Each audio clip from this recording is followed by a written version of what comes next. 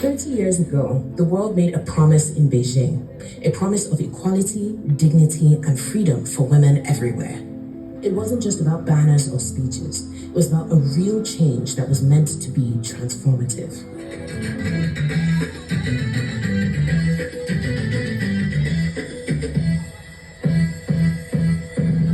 In Nigeria, West Africa, a country of over 200 million people, of about which half are women, progress has been made in the actualization of these goals. In northern Nigeria, there has been progress made despite cultural and religious barriers and armed conflict, which have relegated women and girls for centuries.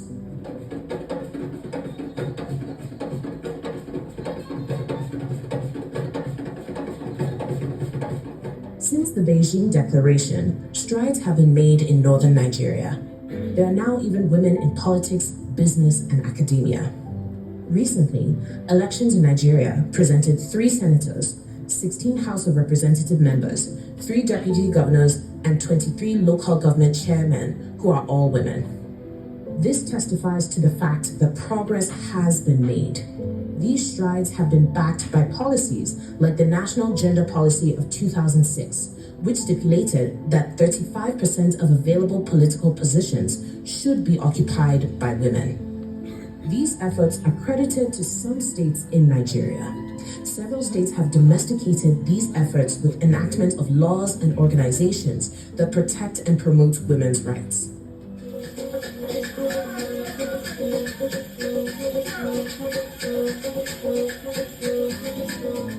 Stephanos Foundation is a faith-based, non-governmental organization working with victims of persecution in Nigeria. Recently, Stephanos Foundation researched the state of achievement of the objectives of the Beijing Conference in northern Nigeria. The research confirmed that while some progress has been made in awareness, advocacy, and education, there are still significant challenges in ensuring empowerment and equitable protection from all forms of abuse, as well as access to justice for women and the girl child.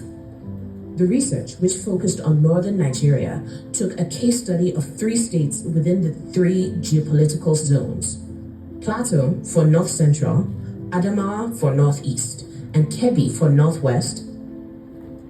Stephanos Foundation's research shows that Plateau State has made significant efforts to increase women's participation in governance.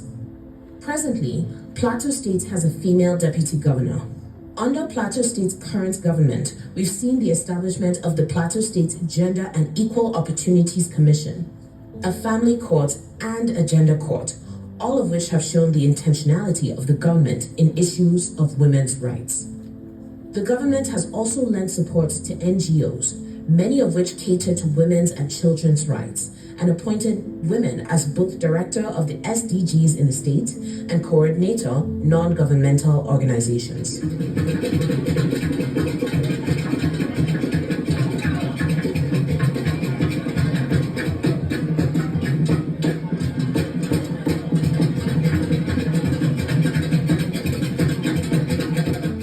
The Adamawa State government has shown this interest through the establishment and coordination of mechanisms for gender-responsive security operations through the WPS networks in the state, He for She and Women Mentors, security sector legislation, policies and institutions to promote gender equality and women's participation and rights. All these are alongside women empowerment programs, improvement of social welfare, promotion of gender-based equality, and the enhancement of the economic empowerment of women in collaboration with the legislative arm of the state, tackling issues of gender-based violence promptly. In Kebbi State, unlike in Plateau and Adamawa states, a female deputy governor has not yet been produced.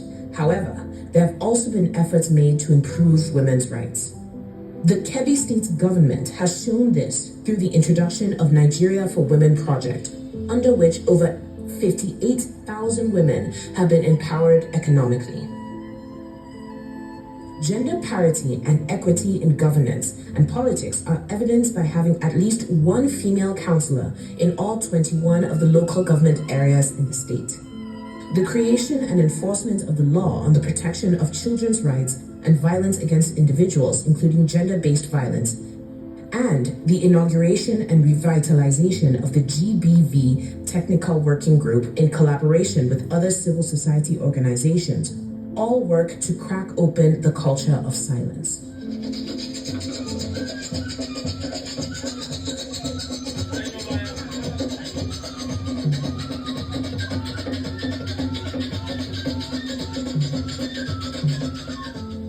Although significant progress has been made since 1985, northern Nigeria still needs encouragement in several areas. In these states, traditional norms limit women's autonomy, thereby restricting access to education, economic opportunities, and leadership roles.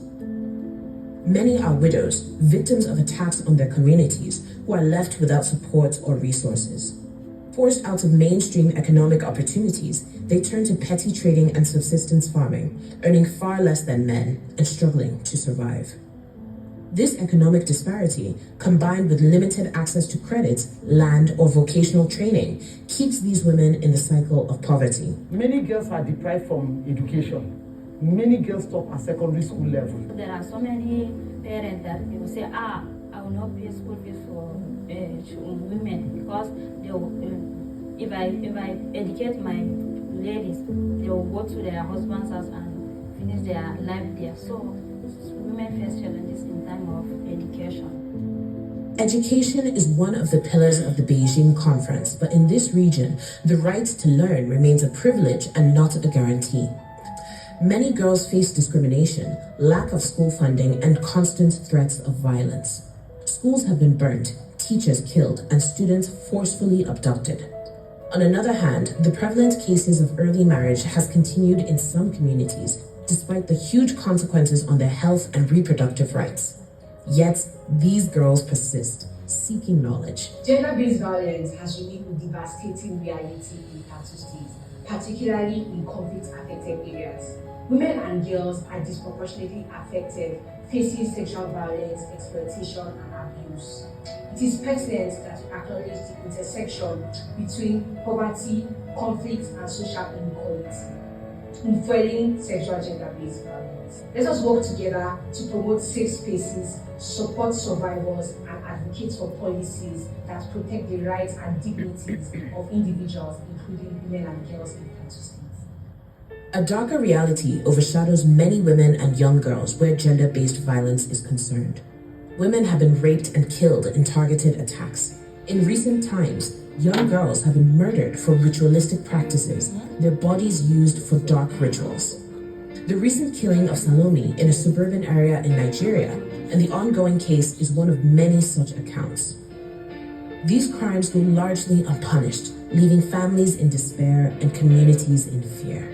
In our community, we have only PHC. That's the primary health care. We are not doing operation. And if the pregnant woman came to the facility, she want to deliver a baby, there's not enough of material that can be used to make her operated in the primary health care. They have to refer her to secondary health care, that's the specialist, or tertiary, that's the FMC. The violence against women extends beyond physical attacks, affecting their access to essential services like healthcare. In rural areas, quality healthcare is out of reach. Maternal mortality rates are high, with expectant mothers facing life-threatening complications due to inadequate pre- and postnatal care. A shortage of skilled professionals and poor medical facilities make childbirth a perilous ordeal. This is where women give birth. That's the toilet. This is where people give birth. In this primary healthcare center, this is the only forceps in this entire place. They don't have more than this. When women come at night to give birth and there's no light in the hospital, how do you take their deliveries? Well, you're just using our phone, touchlight. You're using the touchlight of your phone to take the deliveries. Yeah. What if there's bleeding? How do you know where it's bleeding? Have you seen the problem that we're facing in this country? That is the electricity that's powering this entire hospital. If your leader is not serious about the primary healthcare center, they're wasting their time. Because the primary healthcare center is the first level of healthcare in any country, any state, any local government that is serious about healthcare. This hospital does not even have adequate solar care. There's no lights. There are women who give birth to these hospitals. You can see what the labor room looks like. There are people who are going to need wound care. You can see what the wards look like. There are children who require help from this hospital. You can see what the resources look like. Vaccines have to be imported from another hospital just so that they can be given to the people here. 30 years after Beijing, the struggle remains, but so does the resilience of northern Nigeria's women. Their fight for justice is not over, their voices will not be silenced, and their hope will not fade. The government must maintain and enforce its gender policies that protect women's rights. NGOs and civil societies must continue in their advocacy and support for survivors. Beijing Promise was a call to action, one that must be fulfilled to ensure a future where all women can thrive. Stephanos Foundation calls on the United Nations, other member countries, and interested donors worldwide to look into strengthening existing efforts and supporting new initiatives. The actualization of women's rights is a task that requires all hands on deck. Stephanos Foundation is committed to promoting the rights of women and girls. Partner with us today.